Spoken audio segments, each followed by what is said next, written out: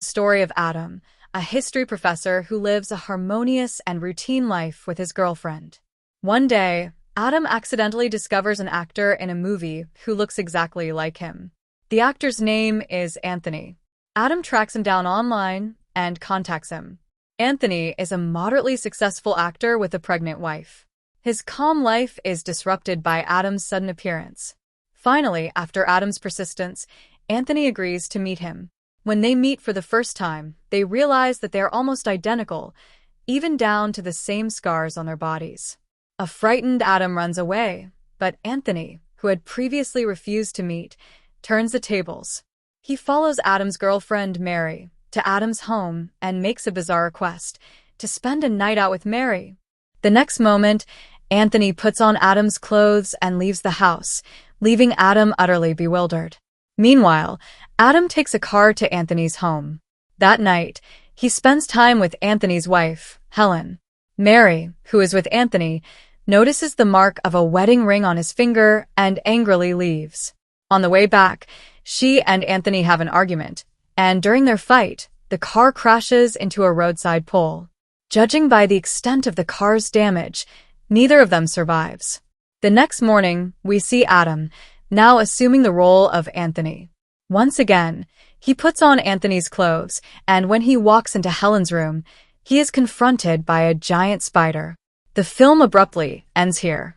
My plot summary might seem a bit hasty, but that's because if we were to logically piece together the events of the film, every detail reveals a strange irrationality. Through Villeneuve's highly personal storytelling and imagery, he presents a story about male desire, but without the satisfaction of solving a mystery. There are no thrilling revelations like in a typical Mystery Island movie. Enemy does not hide the fact that Adam and Anthony are two sides of a split personality, yet by the film's end, countless questions remain unanswered for the audience. First, it's hard to grasp that Adam is Anthony and Anthony is Adam. They are the same person. The film clearly hints at this in many small details. In most films about split personalities, there is usually a distinction between the primary personality and the secondary one. The primary personality is typically the protagonist of the film, while the secondary one acts as the antagonist. So, in films like these, the character arc usually revolves around the primary personality confronting the secondary one. Take Fight Club as an example, where Edward Norton's character is the primary personality and Brad Pitt is the secondary personality created by Norton's character's mind. The film ends with the primary personality defeating the secondary one. However, what makes Enemy so perplexing is that the audience can't immediately tell whether Adam or Anthony is the primary personality. I believe this confusion is intentional on the director's part. From the fact that he had Jake Gyllenhaal play both Adam and Anthony, it's clear the director wanted to blur the lines between the primary and secondary personalities right from the start. Starting with Adam, the professor, it would seem that Adam is the primary personality and Anthony is the secondary one. The film's ending, which features Anthony's death, seems to confirm the usual pattern of primary and secondary personalities. However, by the middle and latter parts of the film, we realize this is not the case. In Enemy, there is no clear distinction between the primary and secondary personalities. Adam and Anthony each share things that traditionally belong to the protagonist: the luxurious apartment, the pregnant wife, and the position of a university history professor. This mix-up is part of the director's intention to blur the lines between the two personalities. So, according to my understanding, here's my interpretation of the plot. Anthony was once a third-rate actor, but 6 months ago, he became a history professor. He lives with his pregnant wife, Helen, in a decent apartment, but during these 6 months, he has been having an affair with a woman named Mary. Another apartment becomes their rendezvous spot. Let's look at the clues the film gives us. Fast forward to the middle of the film, during Adam's conversation with his mother. His mother says, "You have a good job and a nice apartment. You should give up your unrealistic dream of being a third-rate actor." So, we learn that Adam's actual job is not an actor, but a university professor. The seemingly nice apartment is likely his real home, and the dream of becoming an actor may have been one of the factors that triggered the emergence of another personality. After Anthony's first phone call with Adam, He has an argument with his wife, Helen, where she questions him, "Did you go see that woman again?" Later, in Adam's conversation with his mother, she mentions that Adam can't even be with a woman. This confirms Adam's affair. The 6-month time frame appears multiple times in the film. The first instance is when Adam sneaks into Anthony's talent agency, and the security guard downstairs mentions that Anthony hasn't been seen for 6 months. The second time is when Helen meets Adam for the first time, and she looks at him, not recognizing her own husband, and tells him that she's 6 months pregnant. The film contains many eerie scenes, one of which is the large men's gathering at the beginning. We see Anthony holding a key and leading someone into a basement room, where something indescribable is happening in an otherwise plain room. Later in the film, we notice more clues. The person accompanying Anthony is his apartment building's manager, and the room used for the gathering had its key changed. The manager hopes Anthony can take him there again. So, let's go back and reconsider the story to understand what triggers the emergence of the secondary personality in Enemy. The real Anthony, I suspect, is a man who still harbors an unrealistic dream of becoming an actor. Having previously been unfaithful, he decides to give up the affair for the sake of his wife.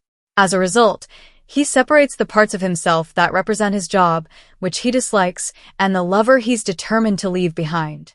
This is how Adam is born. So, the scenes we see of Adam with Mary likely take place in a past timeline, showing Anthony's secret rendezvous with his lover, Mary. Their interactions in the apartment mainly focus on lust, with little sign of everyday life. Since both Anthony and Adam are played by the same person, there's a scene in which Anthony follows Mary, but to me, it feels more like a flashback to the first time Anthony met Mary and was drawn to her. You can notice the very obvious voyeuristic perspective in this scene. Anthony keeps glancing at Mary on the bus, and the camera frequently cuts to close-ups of different parts of Mary's body. Although their identities are blurred, we can still distinguish between them most of the time through their clothing and personalities. Anthony's personality is more dominant and aggressive. He often fights with his wife, while Adam is much weaker, showing a more vulnerable side of masculinity. The climax of the story, where Anthony and Adam switch roles, is quite interesting.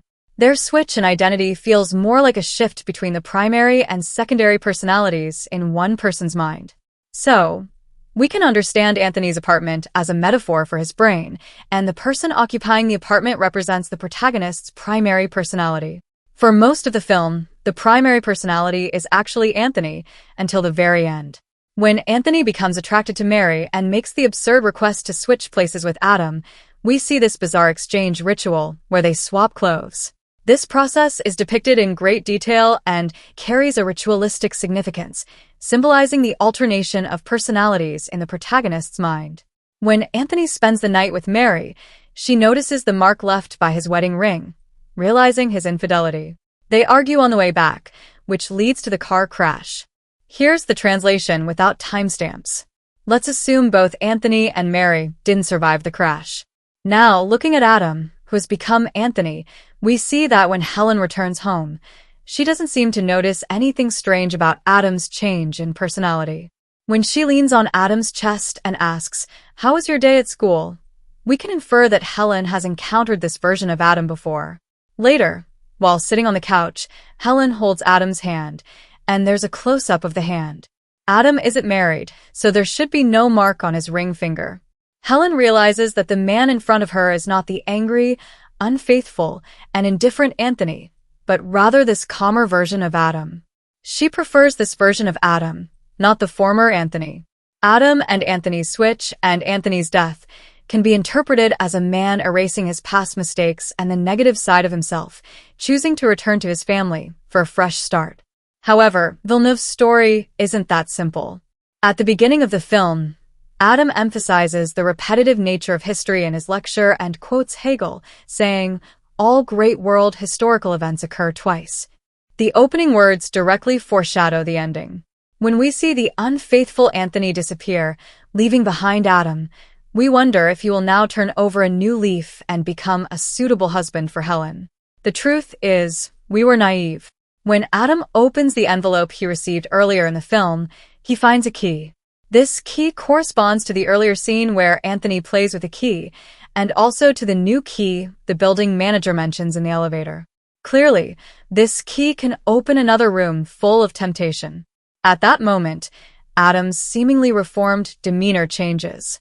He tells a seemingly harmless lie, but his eyes reveal to the audience what he is about to do.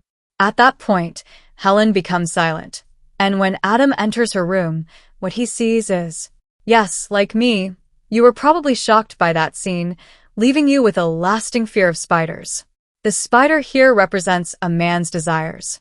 The spider imagery appears multiple times throughout the film. The first instance is at the party in the opening scene, where a giant spider crawls out of a tray in front of a girl.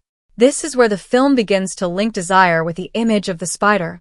In the middle of the film, we see a giant spider wandering through the city, which at first glance might make you think aliens are invading Earth. At the end, Helen turning into a giant spider perhaps symbolizes how, in that moment, Adam's desire for temptation surpasses his sense of responsibility to his family. Of course, everyone might interpret the relationship between Adam and Anthony and Enemy differently. Maybe it's because the director broke the logic without offering a fully coherent explanation that multiple interpretations are possible for the audience.